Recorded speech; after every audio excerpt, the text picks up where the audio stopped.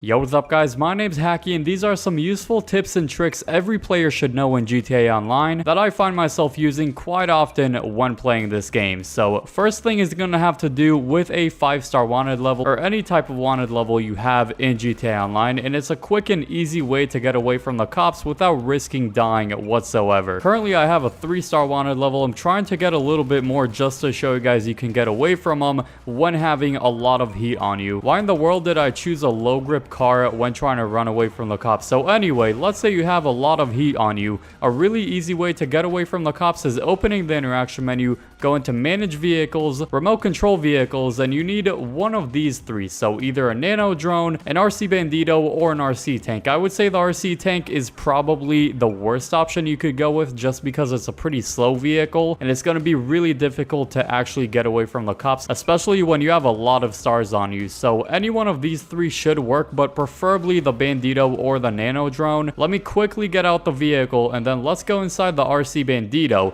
and what it's going to do is make your character completely invisible and the cops are going to be starting to shoot the RC bandito instead of your character. I'm an absolute magician. Instead of being an actual human in GTA Online, I became a remote controlled car, and this thing not only is very shifty and very small, but you can actually get away from the cops relatively easily. Obviously it's way slower to be running on foot than being in an RC bandito, so very grippy little RC car you can use. Literally just find any corner and you'll be able to lose them relatively quick. Something like this should be good. So as long as you hide not in plain sight, you should be good with something as small as this. The cops are going to be shooting you, but you can't really do anything to this thing if you just shoot it with a pistol or like an AR. It actually only blows up after a couple of explosives. So if it's not a couple of explosives, which I mean the cops don't even use any explosives, they can't really do anything to you and there's no way for you to die. So really easy way to get away from the cops. So you're stuck in the middle of absolutely nowhere and you're thinking, how in the world am I gonna get down from here with no actual good vehicle? There's a couple of really good options to actually get away from these very remote places and actually get to where you want to be quick. Well, in the interaction menu, luckily you can go into service vehicles, Kosaka, and request the beautiful Sparrow. There's a lot of vehicles that are not going to be able to spawn in here. For example, like the Mancha Scout delivery bike, which you usually are able to spawn in, and it's a really good motorcycle, but as you can see, it's just not going to let you. So for whatever reason, Rockstar just made it where the Sparrow can spawn in a lot of remote locations, which is awesome. Even at the top of Mount Chiliad, we can literally get out of here with the fastest helicopter in the entire game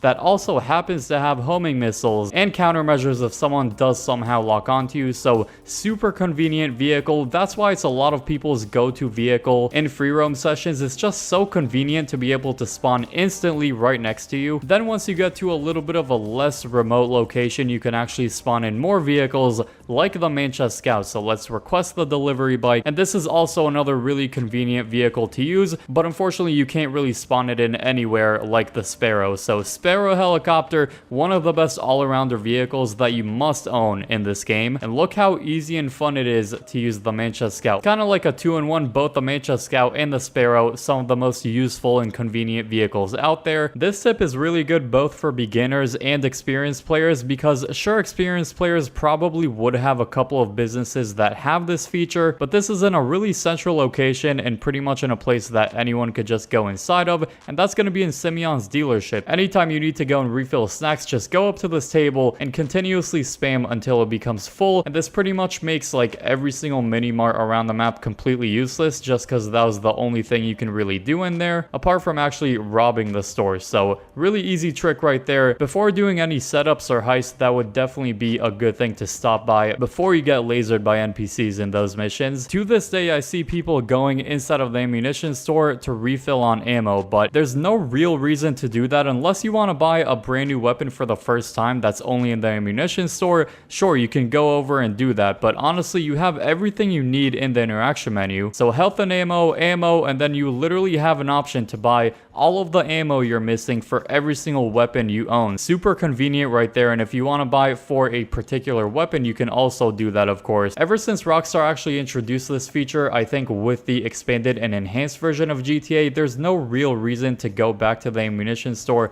unless there's a new weapon or something like that. The mini marts and the ammunition store are just not as important with these new convenient ways of refilling snacks and ammo. Another cool way of refilling snacks and ammo without without having to do much is going over to G's Cache. You're going to have to find a certain cargo crate. It's going to be making a beeping noise. Make sure you have headphones on to find it easier. And then once you find it, you're going to be getting, I believe, around 20,000 plus free ammo and snacks. So that's another cool way of refilling that. While doing CEO vehicle cargo, there's a really easy way of transporting the vehicle to the delivery point. If you do it regularly, chances are you're going to be getting lasered by the NPCs that are usually chasing after you, and that's going to decrease the value of the vehicle, so you're going to be making less money. Instead, you should definitely use something like the DH-7 Iron Mule helicopter or a cargo bob that you could just get off the street, honestly. Pick up the delivery vehicle and just fly it all the way to Vinewood Hills. That's usually where the location is, and you're not going to be having any damage on the vehicle and going to be getting the full payout, which is awesome. It's one of my favorite money methods in the game and one of my favorite deliveries, so highly recommend doing that trick for that cell mission. This next one is going to be more of a fun one. Doesn't really have anything to do with making money or anything. It's just kind of messing around in free roam. So let's go inside of the Pacific Standard Bank, and I'm going to show you an easy way to glitch inside of the vault of this place. So it's actually a pretty overpowered place, especially if you want to be hiding. First thing we're going to do is take out the up and atomizer to jump over this first wall.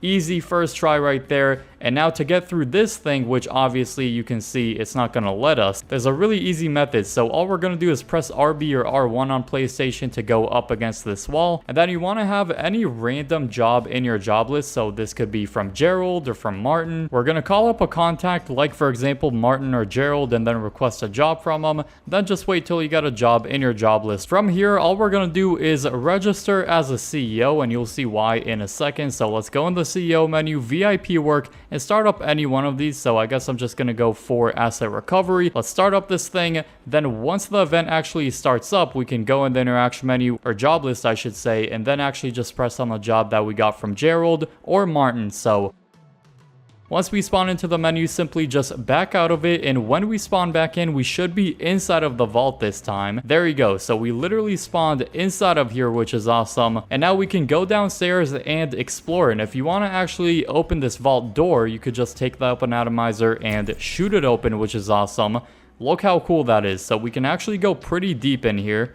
This door is going to open for us, and we are as deep as it gets inside of the vault. Look at this. I don't know why it's actually locked for us in GTA Online, but this is an easy way to go inside of here. You can actually just hide in here from anyone trying to kill you or something. It's probably one of the most secure places you can possibly hide in GTA Online. So really cool wall breach right there. Leave a like if you enjoyed this video, and subscribe if you're new for more awesome videos like these that you don't want to miss. And if you like this one, chances are you're going to like the video on the screen right now. I hope you all enjoy that one, and peace.